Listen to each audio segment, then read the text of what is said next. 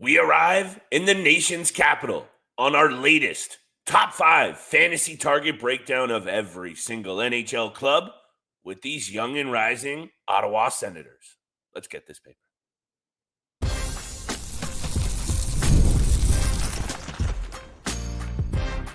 You're Locked On Fantasy Hockey, your daily podcast on fantasy hockey. Part of the Locked On Podcast Network, your team every day. Yes, sir. Happy Friday, my hockey heads. We draw another week closer to October puck drop, and that means we're taking the intensity on the fantasy research up a couple of notches.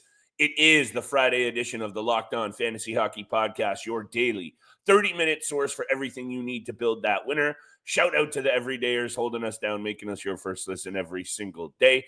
Today's episode is brought to you by our friends at Game Time. Download the Game Time app, create an account, and use code LOCKEDONNHL for $20 off your first purchase. Steele, you know the drill on that front.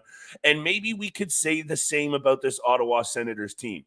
Fantasy goldmine, baby. It has to be. And I think this team, if it's as good as they looked at times playing against the Toronto Maple Leafs in the first round series last spring, we might be looking at a team on the come up in a very big way. So many good targets. I got some honorable mentions. Over to you, my friend. What are you looking at, and who are you looking at for this Sens club? Mute button once again. Don't worry, I'm back. Look, there's a lot of great options with this team.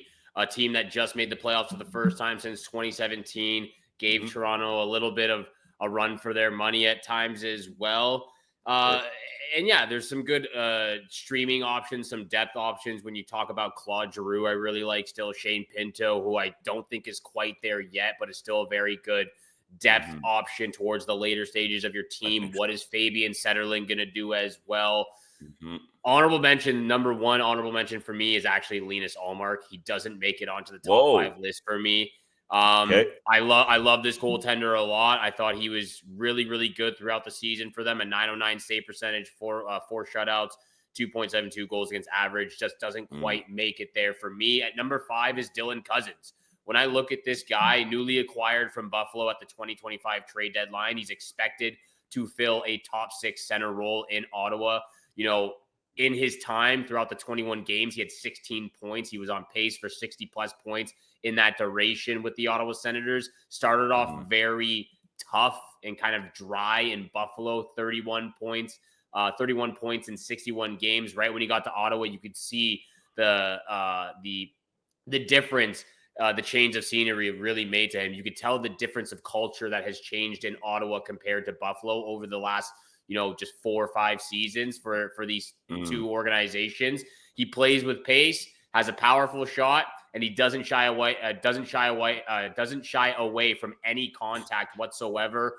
205 hits, a career high for Dylan Cozens this past year. 47 points. That's back-to-back 45-plus point seasons. I think this is a guy, especially playing in the top 6 now in Ottawa, you can expect over 60 points with the guys he's going to be playing with. Tim Stützle, Brady Tkachuk, getting top power play unit time as well. Drake Batherson, David Perron, Claude Giroux, who I mentioned, who's a playmaker in his own right. So I look at a guy like Dylan Cozens, who can bring the physical aspect on a nightly basis. He's not going to shy away from any competition. Like I said, over 200 hits this last year, career high. He's going to put over or close to 200 shots, which he has done the last 3 seasons as well. And just 3 years ago, he had a career high 68 points. So I look at the difference of where Buffalo was, where they were at, and where he is now in Ottawa. I think he's going to be tremendous. And where he finished in the Yahoo rankings, he was ranked 120th in the preseason. He finished 89th in the league. I think this guy is a clear-cut eighth round pick, in my opinion. Lots to like about a player that clearly needed a change of scenery. We throw out that angle a lot in fantasy sports, and it really came true with Dylan Cozens. He was reinvigorated by, I think, falling into as much as really good young players in the mix in the top 6 in Buffalo, perhaps maybe a much more complete team in Ottawa, allowing this young player to really flourish. I knew you were going to have him higher than me on the list because of those peripheral category coverage.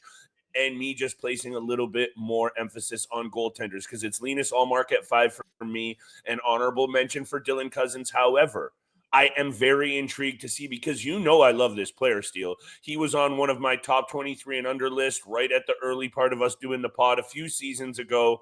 Very interested to see what he does. And I think actually, given how much you're going to rely on Tkachuk, Stutzle, Sanderson, even Linus Ullmark in terms of this team winning games, this might be a really great opportunity for a young player who might not need to take as much responsibility or load of each night that he had to take in Buffalo. Could be huge. I like that you have him higher. Linus Ullmark comes in at 5 for me, Steele, because what I'm buying into here is a really good season upcoming all around for this club.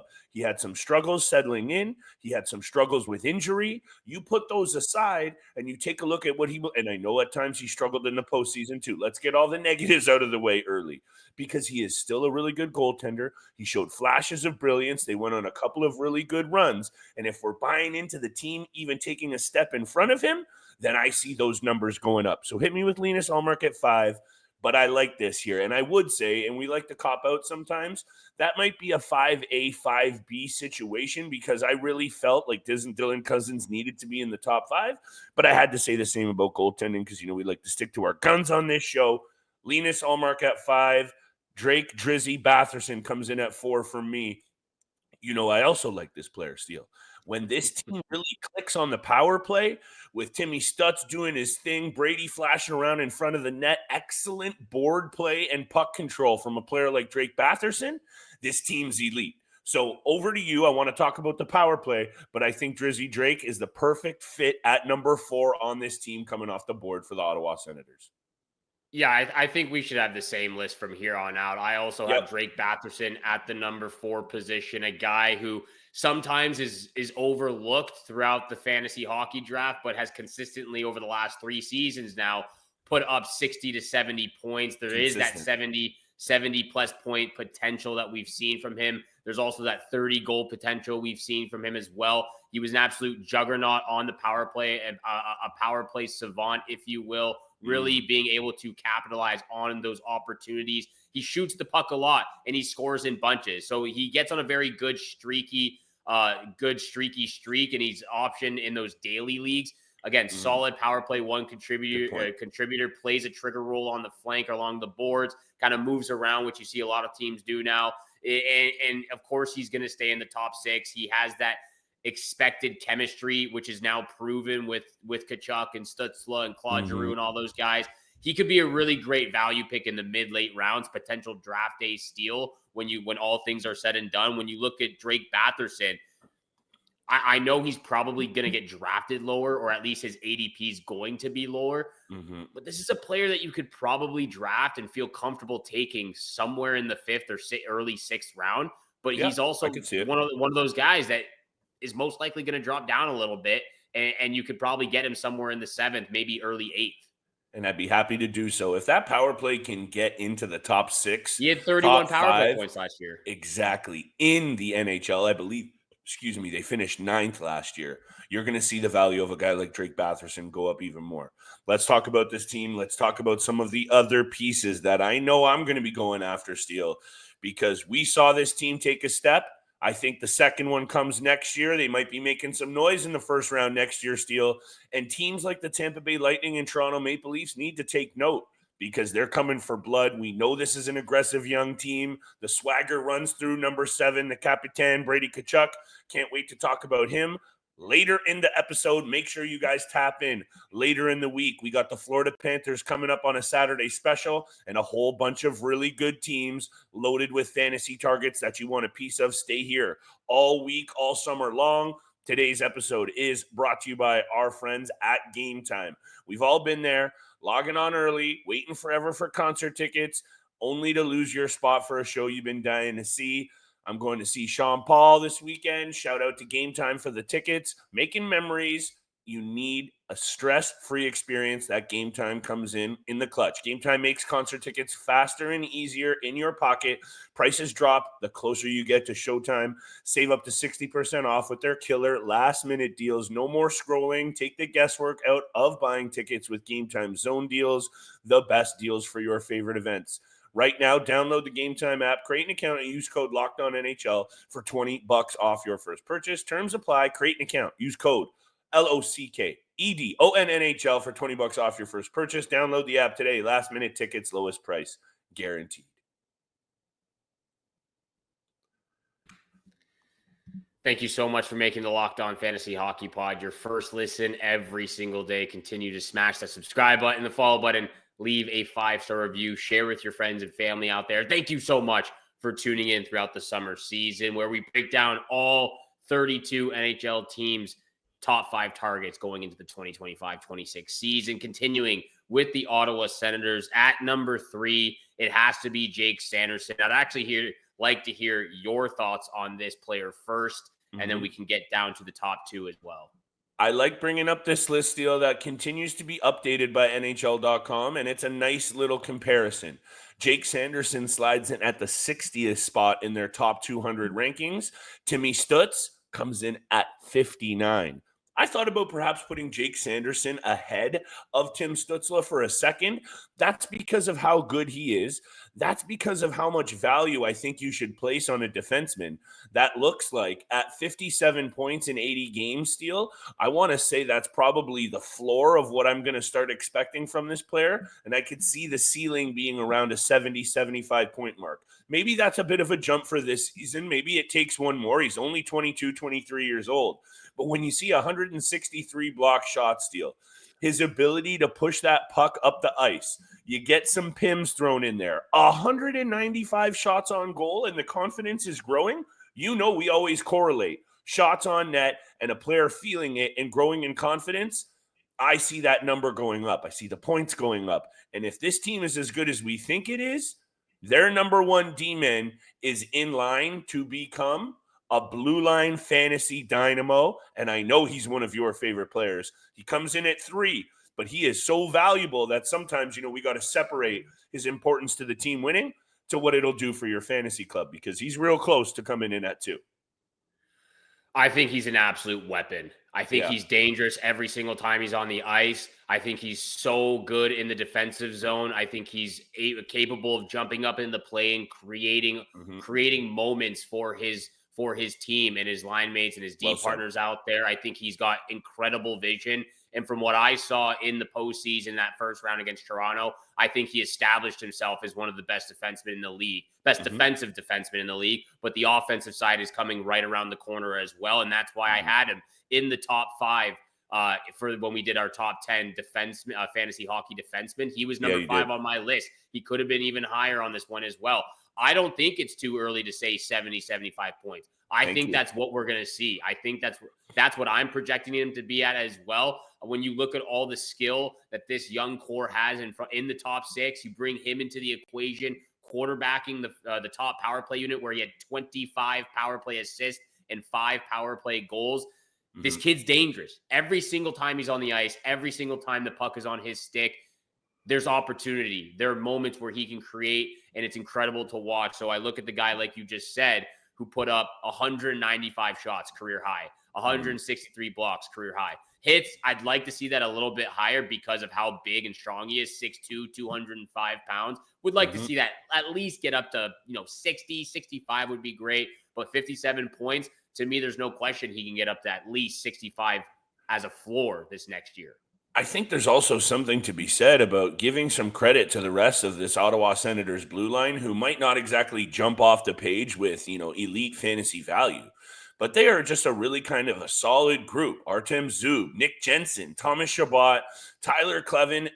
Exactly. I'm not saying fantasy relevant, Steele, but they prop up a guy like Jake Sanderson's value because he knows that his team has actually become, over some work in the front office and some mixing around of the lineups, become a very balanced team, in my opinion. Still some work to be done. I think the special teams could be tightened up a little bit.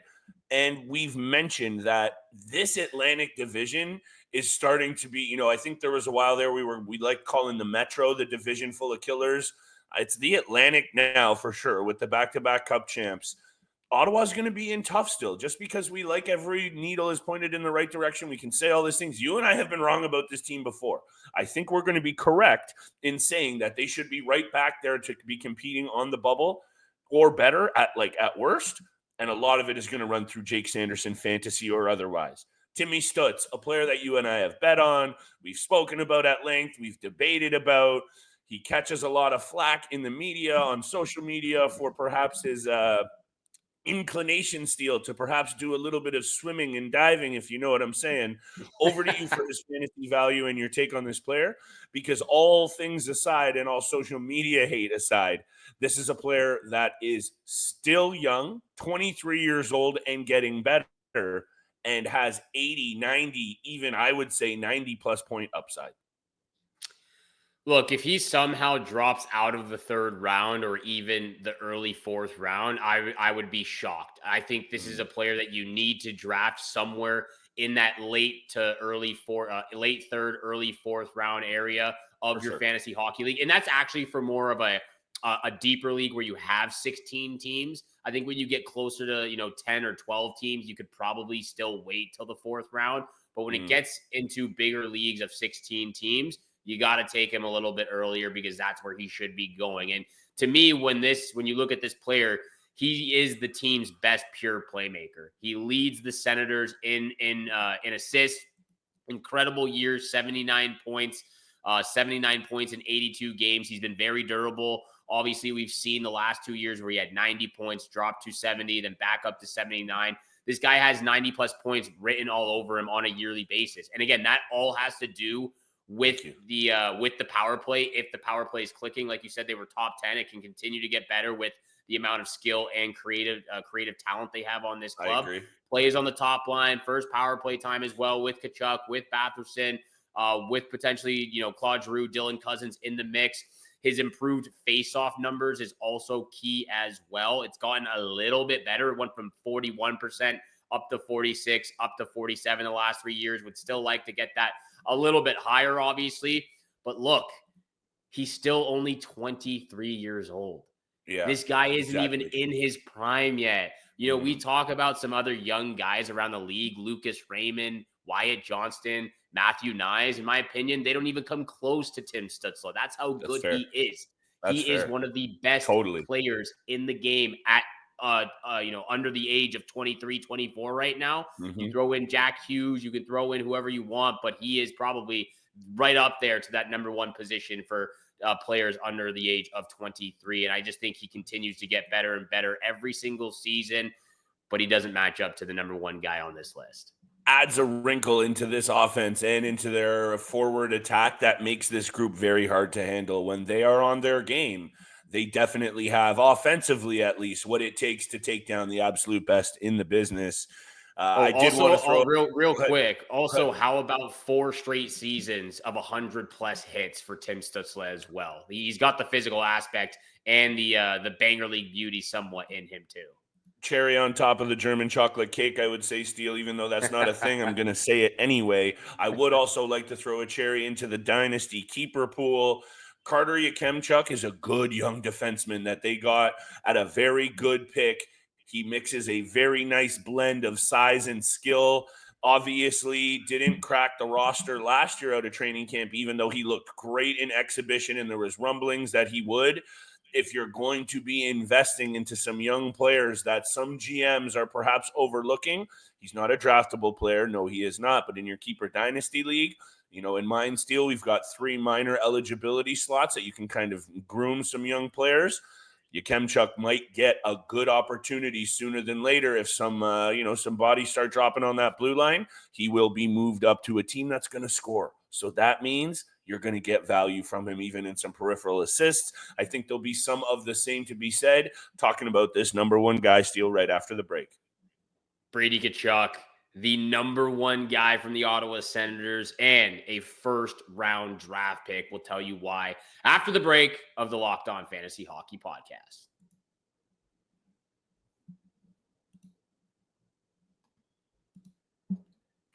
And thank you so much for making the Locked On Fantasy Hockey Podcast your first listen every single day. Once again, please hit that subscribe button, the follow button, share with your friends and family out there. It really does mean the world to Flip and I. We appreciate you. We love you holding us down and tuning in throughout the summer season. Flip, Brady Tkachuk is one of those elite players who just makes me so happy, even though he plays for a team I hate. I mean, I love having this guy on my team. I love what he does in the banger leagues. I love what he does head-to-head fantasy points. Doesn't matter what you do. He is a first-round draft pick. He needs to go in the first round. 100%. He is an elite multi-category stud. Goals, assists, hits, shots, penalty minutes. He dominates across all formats, especially banger leagues, like we just said. He's a power play one monster, 24 power play points this last year, consistently parks himself in front of the net where a lot of the danger happens and where he capitalizes on those opportunities as well. He's a workhorse, plays very heavy minutes of 20-plus minutes of average ice time throughout the season. And we talked about this with Joel Eriksson the other day on yesterday's episode or 2 days ago. Joel Eriksson, Vincent Trocheck, Zach Hyman, Tom Wilson. These are guys who fill out all the peripheral categories. Power forwards who bring the offensive side of things. But Brady Tkachuk is the king of power forwards. He is the king of workhorses. Because even when he had a down year of 55 points, he still had 228 hits, 296 shots, 123 penalty minutes, 33 blocks on top of that. And he finished 5th in ranking on Yahoo Fantasy Leagues. 5th. And that was a down year offensively for him, where 2 years ago, he had 83 points. So I look at this guy. He's everything you could ever want and ask for when it comes to banger leagues. Agreed. And fantasy hockey leagues. He's number one. In my honest opinion, I think, again, when we do our mock drafts, we'll figure out exactly where he's going. Yep. I'd probably take him like 7th or 8th, maybe 9th, somewhere. According to NHL.com, Mac Daddy goes 1, McDavid 2, the big German Leon Draisaitl at 3, Nikita Kucherov at 4, Cale Makar at 5, your boy Kirill Dollar Bill at 6, and then Brady Tkachuk at 7. Yeah. After that, this list gets a little dicey, but I would say I am totally fine with how that one breaks down. Again, when you have a player who plays with such a physical edge, a nastiness to his game. I know you like to use the term snarl. This guy's got them all. And then he makes you pay with big goals and timely play. However, we've seen it with his brother, and it's happened to him. When you play with that much physicality, the body, it takes a toll on him. So he really has to walk that fine line of impacting the game, putting up numbers, being himself still, but he is so overly important to fantasy GMs and, of course, the success of this Ottawa Senators team, that's something that you're going to have to know is it's coming with a bit of risk with this player. Does it deter you like it does with others? No, it doesn't.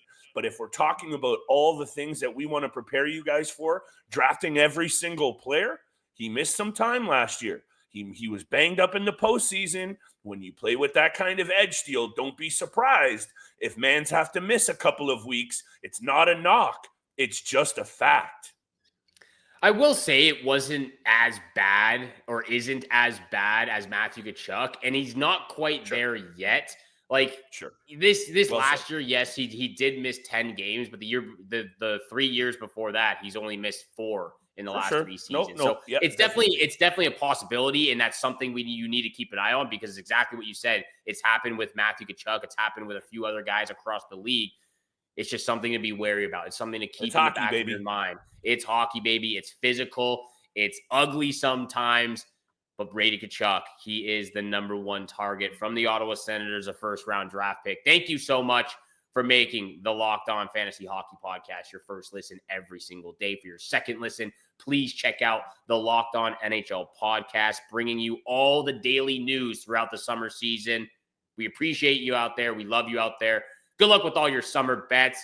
The Open Championship is on this weekend. Flip, real quick, who are you riding with? Who are you betting on? I'm kind of feeling Tyrell Hatton. He's looking good still. He's a links golf specialist, and he was cooking to finish his round one. Tyrell Hatton's getting a little sprinkle. You can thank Uncle Flip for that one later. I will thank you for that later. I also put $10 on Jordan Spieth. A little bit of a flyer, Whoa, but he that's does juice. well. He does well in the majors. We've seen it happen before. $10 at the time of before the first round, $10 pays out $600. We're getting after it on FanDuel, of course, where we get all our bets. Yes, sir. Once again, thank you so much. Good luck with those bets, and we shall see you back here again tomorrow. Peace.